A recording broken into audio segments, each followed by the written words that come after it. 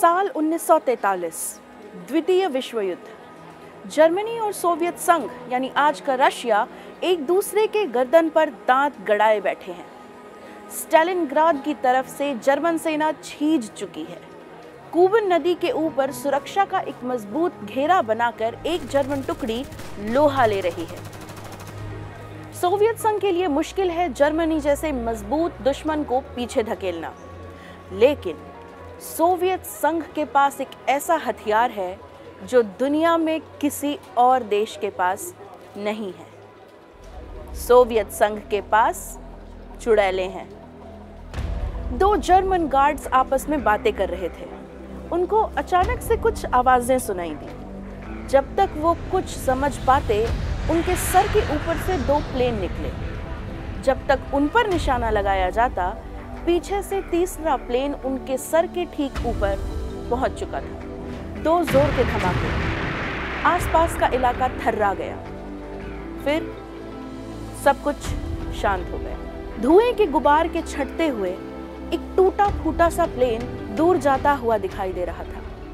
उसका फ्रेम लकड़ी का था, एक तरफ हल्का झुका हुआ। कॉकपिट खुला था, उसके अंदर दो औरतें बैठी थी। उन दोनों के चेहरे पर बर्फ की वजह से एक परत जम गई थी। उन्होंने प्लेन को झटके से रीस्टार्ट किया और ऊपर निकल गईं। जर्मन सेना देखती रह गई, हाथ मलती रह गई। उस प्लेन में चुड़ैलें थीं जिनको रशिया ने भेजा था। इन औरतों को जर्मन्स कहते थे नाचसेक्सन यानी नाइट विचेस, मतलब रात की चुड़ैलें। ये सचमुच की चुड़ैलें नहीं थीं।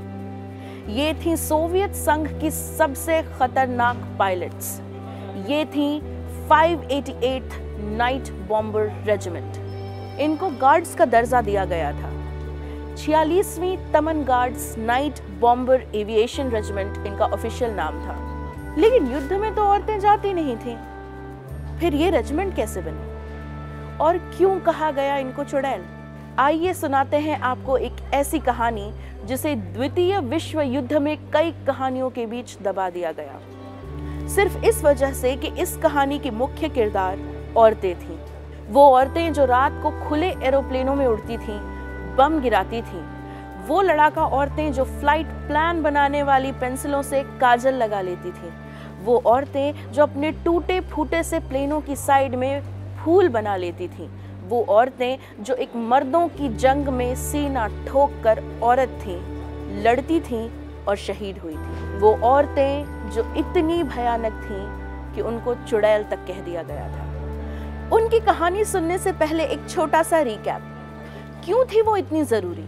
क्या था द्वितीय विश्व युद्ध? कौन कौन लड़ रहे थे इस युद्ध में? अब तक के इतिहास में दो विश्व युद्ध हो चुके हैं। एक 1914 से 1918 तक, दूसरा 1939 से 1945 तक। यहाँ दूसरे विश्व युद्ध की बात हो रही है। ये युद्ध दो खेमों के बीच लड़ा गया था। एक तरफ थे एक्सिस पावर्स यानी ध्रुव शक्तियां।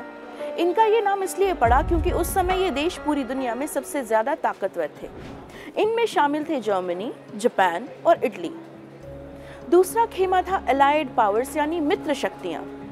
इन्होंने मिलकर एक्सिस पावर्स को चुनौती दी थी और जंग में इनके खिलाफ जूझ रहे थे। इस खेमे में थे अमेरिका, इंग्लैंड, सोवियत संघ, फ्रांस और चाइना।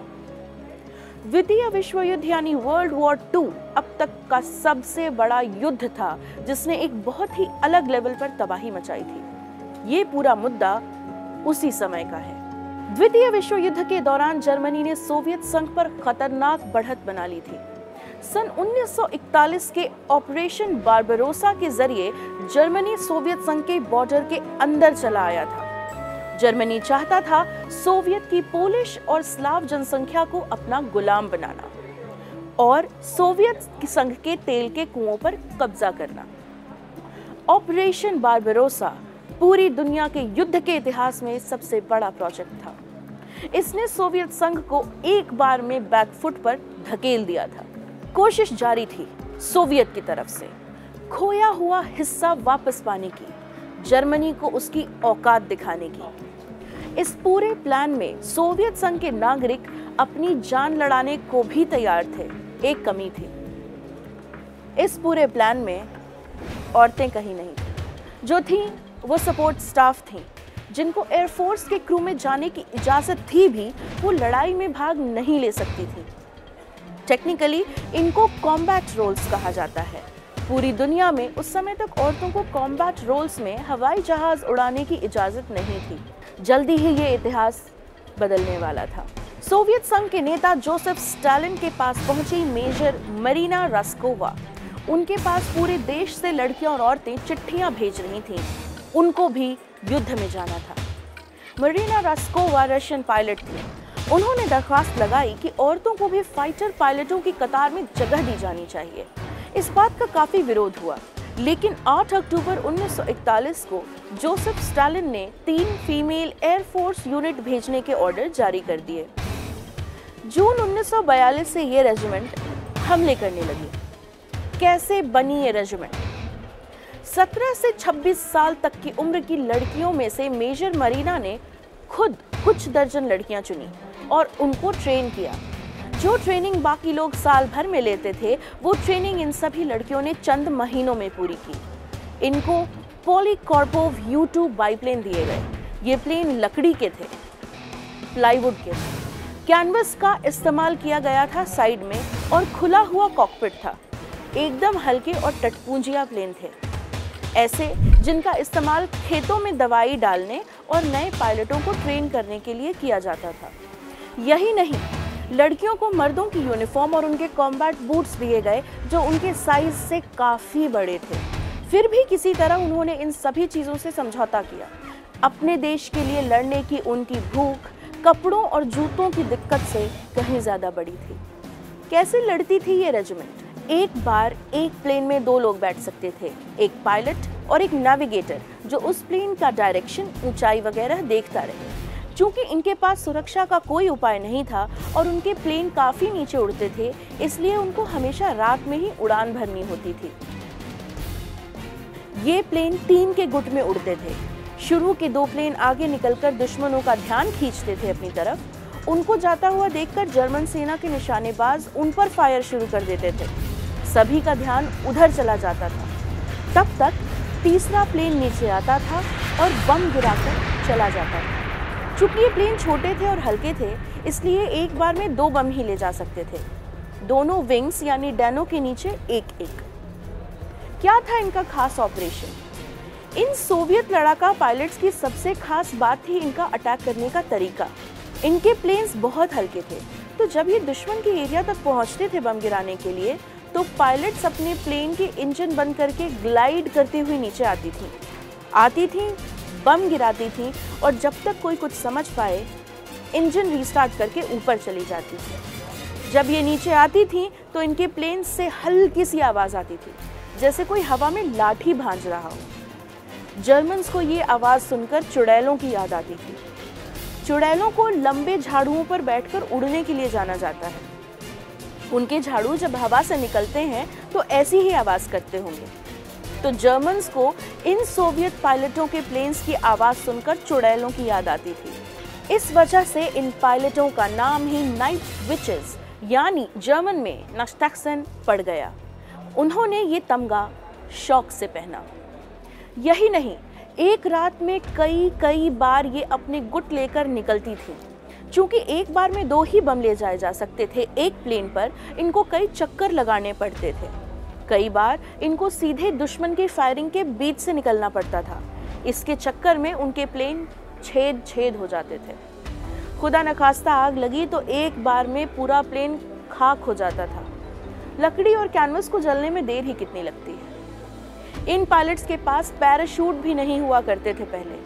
जब प्लेन क्रैश हो रहा होता था तो जमीन के पास आने पर पायलट्स अंदर से ही नीचे कूद जाती थी। आप सोच रहे होंगे आखिर बड़े फाइटर प्लेन्स के सामने ये टटपूंझे से प्लेन टिकते कैसे थे? इनके छोटे और हल्के होने में ही इनका सारा डिफेंस था। बड़े फाइटर प्लेन्स एक लिमिट तक ही खुद को धीमा कर सकते थे। उससे ज़्यादा धीमा करने पर उड़ना पॉसिबल नहीं रहता था उनके लिए। अब ये जो छोटे प्लेन थे, इनकी मैक्सिमम स्पीड इतनी कम थी कि बड़े प्लेन्स उतना खुद को धीमा नहीं कर सकते थे। इस स्पीड को स्टॉलिंग स्पीड कहा जाता है टेक्निकल भाषा में। बड़े प्लेन्स को इनको टारगेट करने में परेशानी होती थी। जितना वो धीमे नहीं हो सकते थे इनको टारगेट करने के लिए, उतनी स्पीड में ये प्लेन ऊपर नीचे गुलाटी मारकर निकल लेते थे। इन नाइट विचेस को मार गिराना इतना मुश्किल था कि जर्मन सेना में जो कोई भी नाइट विचेस के प्लेन को मार गिराता था उसे फौरन ही आयरन क्रॉस दिया जाता था। आयरन क्रॉस वहां उनकी सेना का बहुत बड़ा सम्मान था। रोज रात को लगभग 40 प्लेन लेकर निकलता फीमेल पायलट्स का ये हुजूम जर्मनी के लिए ऐसा नासूर बन गया था कि वो इनके बारे में अंट संट बकना शुरू हो गए थे। उनके बीच में ऐसी बातें होने लगी थीं कि सोवियत सरकार इन औरतों को कुछ ऐसा खिला रही है जिससे इनको रात में देखने की ताकत मिल गई है। यही नहीं, ये भी अफवाह उड़ रही थी कि इन औरतों के अंदर बिल्ली जैसी फुर्ती थी। ये जर्मन्स का डर बोल रहा था। जर्मनी के ऊपर 23,000 टन बम गिराए थे नाइट विचेस ने। इस डर में ही नाइट विचेस की आधी जीत हो गई थी। 2013 में इनके रेजिमेंट की आखिरी जीवित फाइटर नादिया पोपोवा 91 साल की उम्र में गुजर गई। उनके साथ ही गुजर गई एक पूरी पीढ़ी जिसने इतिहास को इस तरह से मोड़ा जिसकी किसी ने कल्पना भी नहीं की थी। अगर सोवियत संघ उन महिला लड़ाकों को जंग में नहीं उतारता तो विश्व युद्ध की सूरत चाहे जैसी रहती, आने वाली पीढ़ियों को प्रेरित करने वाली कई ऐसी महिलाएं गुमनाम रह जाती जिन्होंने खुद अपनी किस्मत के किस्से लिखे। युद्ध किसी के लिए भी अच्छे नहीं होते। पूरी दुनिया युद्धों के खिलाफ बात करती है, फिर भी युद्ध होते हैं। एक युद्ध होता है, उस युद्ध की खबत निकालने के लिए 10 और युद्ध होते हैं। पहला हुआ, दूसरा हुआ, अब तीसरे की बात हो रही है। ऐसे में युद्ध में भाग लेने वालों को क्या ग्लोरीफाई किया जा सकता है? क्या लकीर के इस पार और उस पार बढ़ जाने वाले लोगों को दोस्त और दुश्मन के नाम देकर किसी के एक्शंस को जस्टिफाई किया जा सकता है? एक तरफ से लड़ने वाले हीरो और दूसरी तरफ वाले कायर कैसे हुए, इसका जवाब शायद किसी के पास नहीं। तो हम इन नाइट विचेस की बात क्यों कर रहे हैं? क्योंकि नाज़ियों के खिलाफ लड़ना इनके ही नहीं पूरी दुनिया के लिए बेहद ज़रूरी था। इन्होंने अपने ही साथ के मर्दों के ताने झेले, इनकी कैपेबिलिटी पर शक किया गया, लेकिन फिर भी इन्होंने कंधे से कंधा मिलाकर लड़ाई लड़ी। 30,000 मिशन पूरे किए, heroes of the Soviet union बनी, शहीद हुई। ये औरतें, ये नाइट विचेस, ये रात की चुड़ैलें नेविगेशन पेंसिल से होठों को रंगने वाली चुड़ैलें बन गईं, जिनके खौफ की कहानी जर्मन सेना में गहरे बैठ गई थी। नमस्कार, मैं हूँ प्रेरणा और आप देख रहे हैं ordnary.in। अगर आप हमारा ये वीडियो फेसबुक पर देख रहे हैं तो हमारे पेज ऑर्डनारी को लाइक कीजिए। अगर आप हमारा ये वीडियो यूट्यूब पर देख रहे हैं तो हमारे चैनल ऑर्डनारी को सब्सक्राइब कीजिए और इस वीडियो को लाइक कीजिए। अगर आप हमसे जुड़ना चाहते हैं तो हमारी वेबसाइट www.ordnary.in पर जाइए। बहुत बहुत धन्यवाद।